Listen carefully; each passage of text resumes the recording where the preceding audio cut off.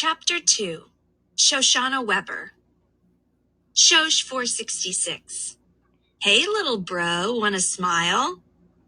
J.W. Piano Man. Question mark, question mark, question mark. Shosh 466.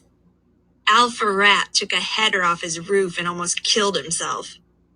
J.W. Piano Man. By almost, you mean?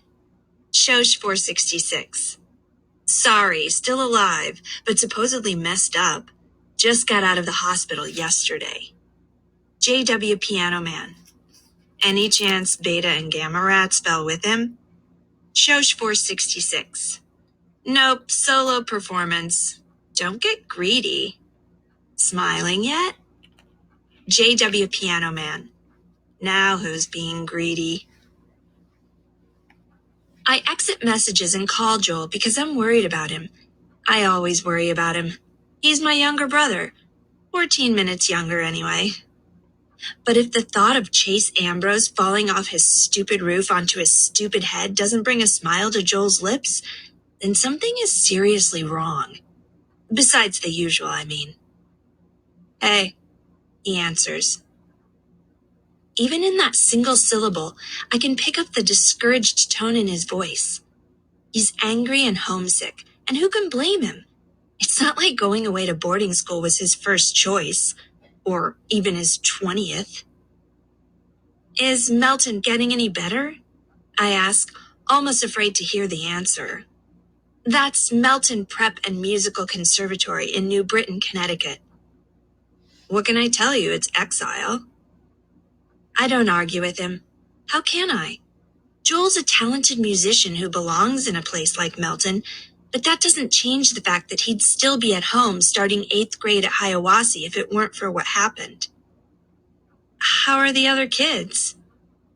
Okay, he replies without much enthusiasm. All losers, just like me, probably not going to get picked on, if that's what you mean. There are no pickers here, only pickies. That bugs me. You're not losers. You're there because you're winners. You have talent. There's a reason why I can't live in my own town, and it has nothing to do with playing the piano. It's Alpha Rat, and you know it. If he fell off a skyscraper instead of his own roof, I'd be on my way home right now. I have to let that pass because it's the bitter truth. Chase Ambrose and his 2 disgusting friends hounded my poor brother out of town. The thought of it amazes me, even though I saw it happen. I still can't figure it out. Chase isn't Darth Vader or Voldemort. He doesn't have the Force or dark magical powers, and yet he, Aaron Hakimian, and Bear Bratsky made Joel's life so miserable that my parents had no choice but to find him a school in another town. We tried to fight it. My dad spent so much time in the principal's office that it would have made sense for him to leave a change of clothes there. But nothing could be done about the bullying. Most of the time, there was no way to prove who was doing it. A random foot tripping Joel up in a crowded hall, a shoulder rammed into his chest that sent him sprawling. Sorry, man, didn't see you. Dog poop pushed in through the vents of his locker. His clothes mysteriously disappearing from the changing room to be replaced by a rabbit suit. When a science project wound up smashed, or a painting ruined in the art room, it was always Joel's. On the night of the talent show, when the fire alarm was pulled, it was during Joel's piano performance. It started with just Chase, Aaron, and Bear. Eventually, though, it spread. The other kids, well, they couldn't help but notice that every time someone was making a fuss or protesting, stuffed into a locker or mummified with toilet paper, it was my brother. Before you knew it, Joel was the school victim and the school joke. His life was practically unbearable. Who do you blame? The principal? Dr. Fitzwallace did what he could, but most of the time there wasn't any evidence. Sure, he could make the occasional try. There was this time Chase chucked a lacrosse stick at Joel's bike, and the butt end got jammed in the spokes. Joel went flying over the handlebars and wound up with a sprained wrist, a black eye, and a nasty scrape along his jaw stretching from chin to ear. There were plenty of witnesses to that one. Dr. Fitzwallace was all set to throw the book at Chase. A long suspension, the works. The school board overruled him. They agreed it was wrong to throw the stick, but insisted that Chase couldn't have predicted it would result in serious injury. Ha! The real reason was that Chase was the town's sports hero, and the son of the last town sports hero.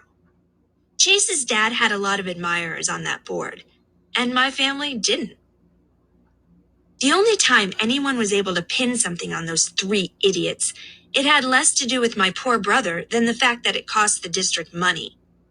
At the big open house in May, Joel was invited to play piano. He's by far the best musician around here, even if none of the other kids appreciate it. Anyway, Chase, Aaron, and Bear planted 6 cherry bombs inside the school's baby grand, timed for the middle of the performance. I can still hear Joel's scream when the big firecrackers went off, splintering the wood of the piano. I think that's part of what makes him such an irresistible target for the Chases of the world. They know they can always get a reaction out of him. After that, Joel couldn't even walk down a hall without a bunch of football players making fun of how scared he was. We were all scared, but it's only Joel they remember.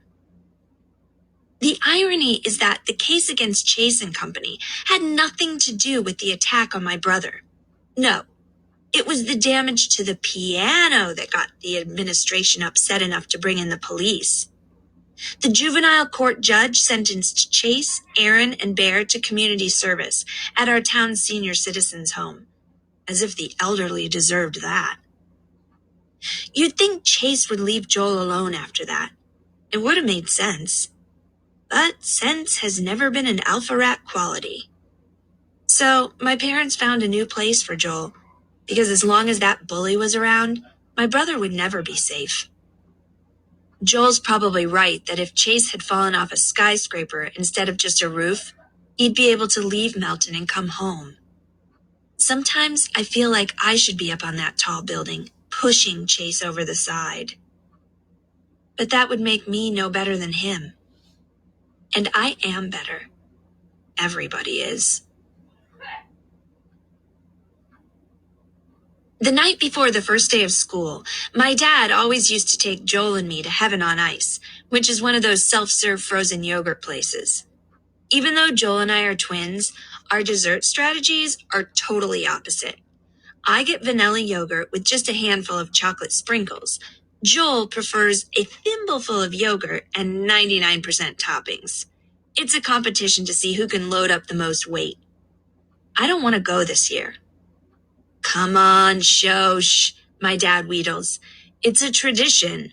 All your friends will be there. Not my best friend. He gives me a sad smile. So you and Joel are best friends now? When he's home, you two fight like cats and dogs. He should be home now. I know Dad's trying to help, but I'm determined to be miserable.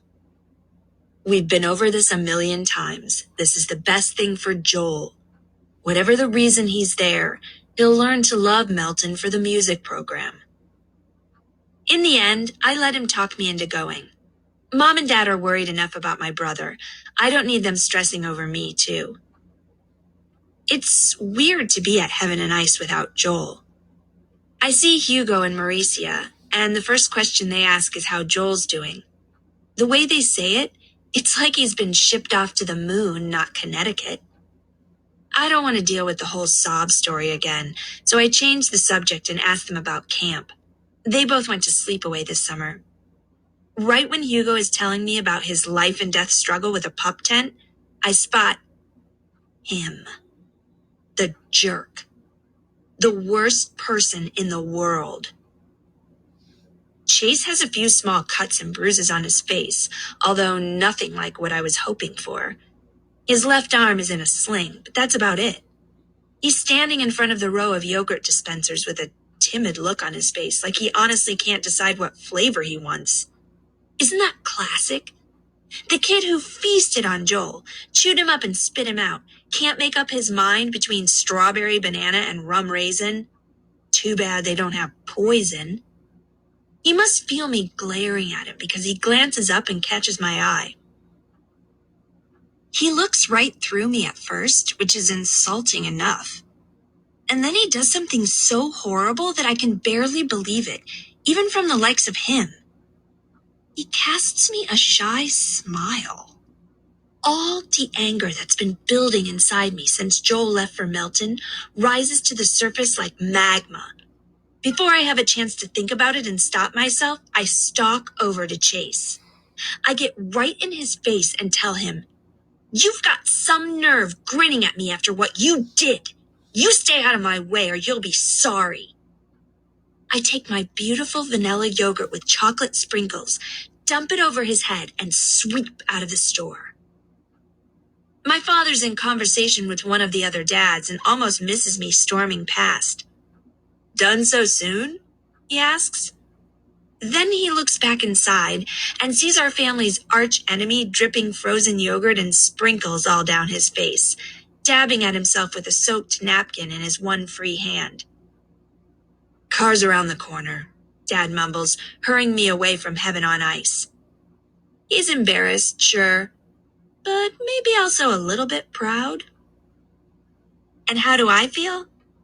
I thought there was nothing Chase could do to make me madder at him than I already am. Now I stand corrected. Every time I think about it, my blood boils a little bit hotter.